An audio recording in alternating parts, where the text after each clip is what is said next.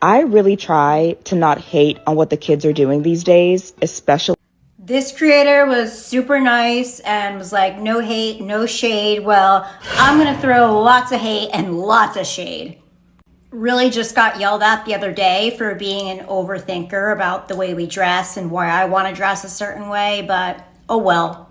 I actually think this is kind of different than the clean aesthetic. The blonde hair, the white skin, only wearing white, cream, and beige. Clear, glowing skin, no makeup, very angelic, very innocent. Is it a backlash to capitalism where they want to look kind of angelic and innocent? Or is it a backlash to racial tension? What? Bro, what are you talking about, man? That's been obviously brewing for a long time, but really peaked at Floyd. And obviously, this is a trend that Black people and most other people of color cannot partake in.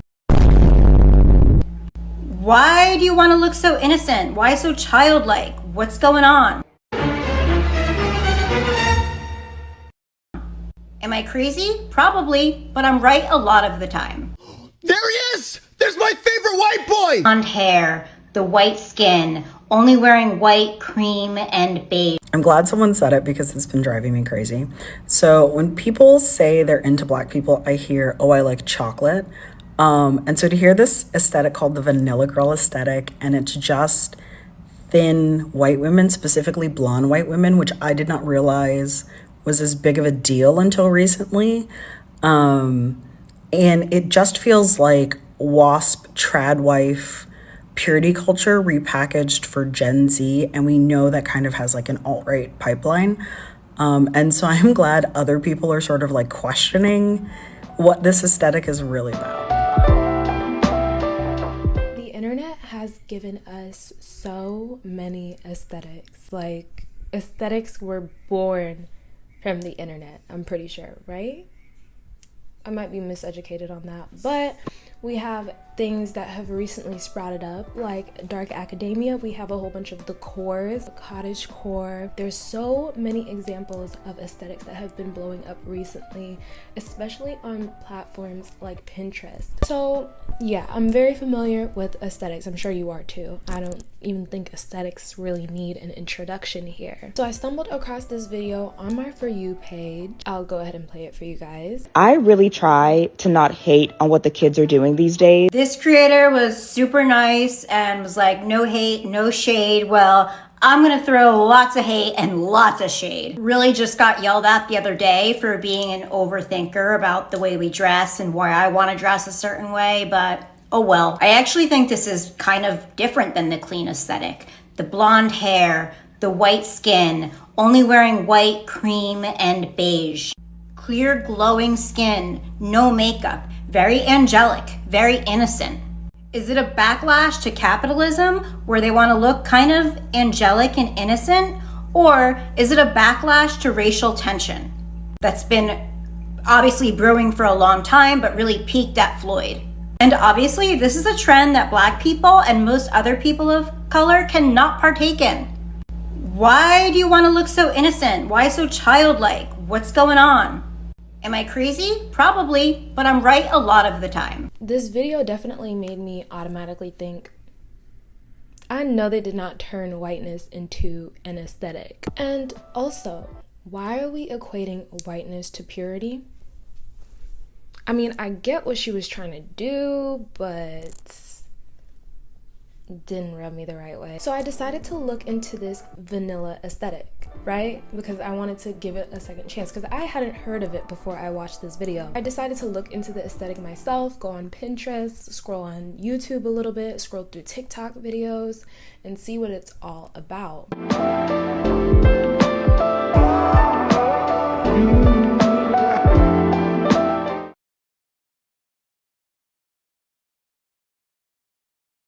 And then I came across this other video saying it's basically purity culture of Gen Z. Blonde hair, the white skin, only wearing white, cream, and beige. I'm glad someone said it because it's been driving me crazy. So when people say they're into Black people, I hear, oh, I like chocolate. And so to hear this aesthetic called the vanilla girl aesthetic, and it's just thin white women, specifically blonde white women, which I did not realize was as big of a deal until recently. And it just feels like WASP, trad wife, purity culture repackaged for Gen Z. And we know that kind of has like an alt-right pipeline. And so I'm glad other people are sort of like questioning what this aesthetic is really about. People in the comments of both videos were also comparing the aesthetic to that of Coquette. Girl, I don't know. The church aesthetic, the Ashley girl, Scandinavian style. I scrolled through different social media platforms doing my research, and I found that, the vanilla aesthetic consists of cream and white colored products and clothes, candles, nails, decor. It mostly to me seemed like a cute aesthetic. I decided to dig a little bit more deep into this and see if it's fair to categorize this vanilla aesthetic as whiteness. Are aesthetics overall kind of perpetuating a certain type of internalized racism? Are we the ones creating this internalized racism? Is it not necessarily the aesthetics themselves, but is it the platforms? Yeah, there's a lot to talk about. So let's go ahead and get into it. Hi guys, welcome back to Bosses, Curls, or Define, where we have conversations that have to do with being a busy woman in this type of society. I'm not going to tell you to subscribe, because if you want to, you will. But just don't forget. Like, don't get to the end of the video, be like, oh, I actually really enjoyed that video, and then just click off. I am definitely the type of person, I don't like to watch something and come to a conclusion. I don't even think I ever really come to any conclusions, to be honest. I find it hilarious when I make a video about a topic or something and people like get so emotionally riled up about it, because 9 times out of 10 I'm not even that emotionally attached to it. Like, the way I see it is, even science is theoretical. Like, even how H2O water is like perceived in physics and how we explain it in chemistry, that's just a theory. You see where I'm getting at? So you can never really come to a conclusive conclusion to anything. So yeah, keep that in mind. So I watched that video with a very, very small, tiny little grain of salt, because I felt a little bit of a narrative trying to be pushed, you know what I mean? I don't know where exactly I felt that narrative being pushed, but I definitely felt it. Guys, oh my goodness, I literally forgot to promote my stuff, and I'm literally wearing it. I'm not wearing any of my jewelry today, but I am wearing this lovely versatile top. I actually just took pictures for it for my Depop shop. I do make jewelry as well. I will put some on the screen so you guys can see that your girl isn't playing around. And I have a lot more cute stuff coming out, bro. This is coming in multiple colors. Someone was asking if I do tie-dye. I just bought some dyes, so I'm gonna start working with that. I'm gonna start making some more fairy grunge type of stuff, because y'all know I love me a cute little fairy grunge, okay? So yeah, that along with my SoundCloud will be linked in the bio down below, because your girl makes music too. I can sing a little bit. Everything you're possibly looking for will be in the link titled right next to it. Everything you're looking for is right here, or something like that. With that being said, I watched this video with a grain of salt because I felt like there was some type of narrative this woman was trying to push. It was giving kind of like white savior, like, right? Like, when I saw the vanilla, because I didn't even know about the vanilla, the vanilla aesthetic, right? Until I watched this video. And even just the way she was explaining, like, oh, it's all about purity and innocence. And she automatically mentions like something about how basically insinuates that Black women cannot be innocent and pure. I mean, and also like there's something to be said about this whole conversation of like innocence and purity. I mean, I don't like the fact that we're equating colors and a vibe to personality traits and skin tones. That's another conversation. I was literally just talking to someone about how like people call me chocolate, and that's not a compliment. Like, that's just weird. That's very objectifying. So I mean, for me personally, when I watched this video, I automatically started thinking, I don't know if that's what this aesthetic is necessarily trying to do. I think that's just kind of what our brain automatically went to. And that says a lot more about our internalized shit. Like, I don't think that says anything about the aesthetic itself. Even for me personally, because I have a very curated Pinterest board. Like, I think Pinterest pretty much knows what I like. So now when I searched the vanilla aesthetic, it was mostly Black women, because I'm a Black woman and, you know, my algorithm is different. But I'm sure if I went in with, you know, a fresh, clean algorithm, like on incognito mode, and searched for the vanilla aesthetic, there might have been white women that pop up first. However, I don't think that has anything to do with the aesthetic itself. I think that has more so to do with Pinterest itself and like algorithms and social media. And that's another conversation that has been had time and time again on social media. And that's the conversation of, in society in general. And that's the conversation of us, Black women, not being the forefront. It's always like the default is always whiteness. So even for me to curate my Pinterest feed to show Black women first, I obviously had to sort through a lot of people who didn't look like me. And yeah, definitely on social media, the default is whiteness. So when you're going to search basically any aesthetic, unless if it has something to do with specifically being a Black woman, you're probably not going to see a Black woman at the top of the For You page. However, I will say on TikTok, when I was searching for this whole vanilla aesthetic video, or this whole vanilla aesthetic, I came across this TikTok.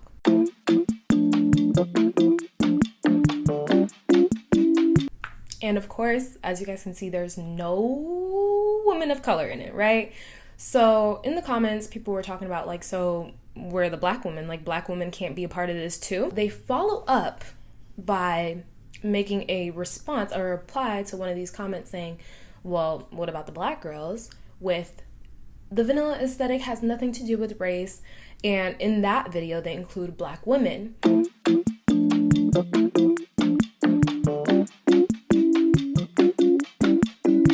I do find that a little bit odd, because I think like, like why did you only do that when people called you out for it? But that's not limited to the vanilla aesthetic. That is across the board. I mean, we see it all the time. I think the most offensive example of this happening is in streetwear, right? So a lot of streetwear pages on Instagram will, and by the way, streetwear is heavily influenced by hip hop, Black, Latin culture. So a lot of these, you know, streetwear, cyber Y2K pages will only post a specific type of person, and will maybe if they're inclusive page, they'll include like one or maybe a couple Black girls sprinkled in throughout the page. But there have been many times where a lot of these pages will get called out for not having any Black girls on their feed at all. And then when the backlash gets loud enough, like then they'll throw in a Black girl just for the fun of it. But like I said, I don't think that's necessarily to do with the vanilla aesthetic itself or aesthetics similar to it, but I think it has something to do with just our internalized racism. I think we try to do this thing where we pin all of society's problems on one thing. So we're trying to blame a systemic exclusion of Black women and people of color in general on one aesthetic. Oh, look at this vanilla aesthetic, like it's so weird. And it's the same thing with like the cinnamon aesthetic, right? That's a new aesthetic too. But to me, it seems like maybe just an aesthetic of browns and like, I don't know, like dark tea, coffee, cinnamon. Those girls who like cinnamon frappes. I think I would honestly consider myself a part of that cinnamon girl aesthetic or whatever, because of just like the color tones that I use in my wardrobe and so on and so forth. And I think that's kind of what the aesthetic is about. But I do find it interesting that the first correlation our brain went to when we see vanilla aesthetic is that of skin tone. You see what I'm saying? So I don't think there's anything wrong with the vanilla aesthetic, to be honest. I think it more so has to do with the actual color tones of vanilla and like, you know, just smelling like vanilla. Because I know if you think about it, you have met someone who fits that vanilla aesthetic, like those girls who dress kind of like similar, like they might not have the spiciest wardrobe, you know, they use a lot of vanilla scents, they like vanilla a lot. I was definitely in that era when I was younger, and I would say even now, like I said, I dress in a lot of like neutrals and cool tones and stuff like that more recently. So I didn't see the outrage. I truly did not. So back to the video that elicited this video in the first place. I think she was kind of trying to do, I see what she was trying to do. She was trying to do a good thing, and I think she was just misdirecting the outrage in a way, right? So I see where she's coming from in the sense that like this vanilla aesthetic, like, is it meant to exclude black women? But I just don't think that the whole purity and innocence thing should be equated to whiteness at all, especially if that's not being heavily implied, because there are a lot of content pieces out there with with black women in this vanilla aesthetic, and it's the same thing with coquette, right? Like, black women can very much be in that genre. Same thing with cottagecore. Black women can and very well are in that genre. I think what maybe threw people off a little bit was the vanilla name, which I get, but again, it's the same thing with like the chocolate thing. We should not be equating human beings to objects or food items, right? And mind you, too, vanilla itself, I'm pretty sure vanilla bean is brown, and vanilla extract itself is brown too. So I don't think, I think the outrage was very much misplaced. Definitely black women need to be the forefront of beauty in America, especially if that's what we're trying to say is the case. Like, I feel like racism in America, the problem with it and the reason why it probably won't go anywhere anytime soon is because it's very quiet, it's very subtle. You have to either be a black woman or a person of color, or you have to be extremely aware, which, let's be realistic, that is a very rare quality to have. So yeah, anyways guys, like I said, I do not come to conclusion. Chelsea, come on now. You bought the same jacket as the girl. Chelsea, come on now. Right. You bought the same outfit as the girl. Chelsea, come on now. I do not come to conclusive conclusions ever. So there are still so many nuances to this conversation. Keep that in mind, but still let me know what you thought about this whole whiteness as an aesthetic conversation in the comments down below. I definitely think that whiteness is overall the aesthetic, like the aesthetic in the West. I don't think it's narrowed down to one aesthetic. I will see you guys on another video soon. The Boss Bee is signing out.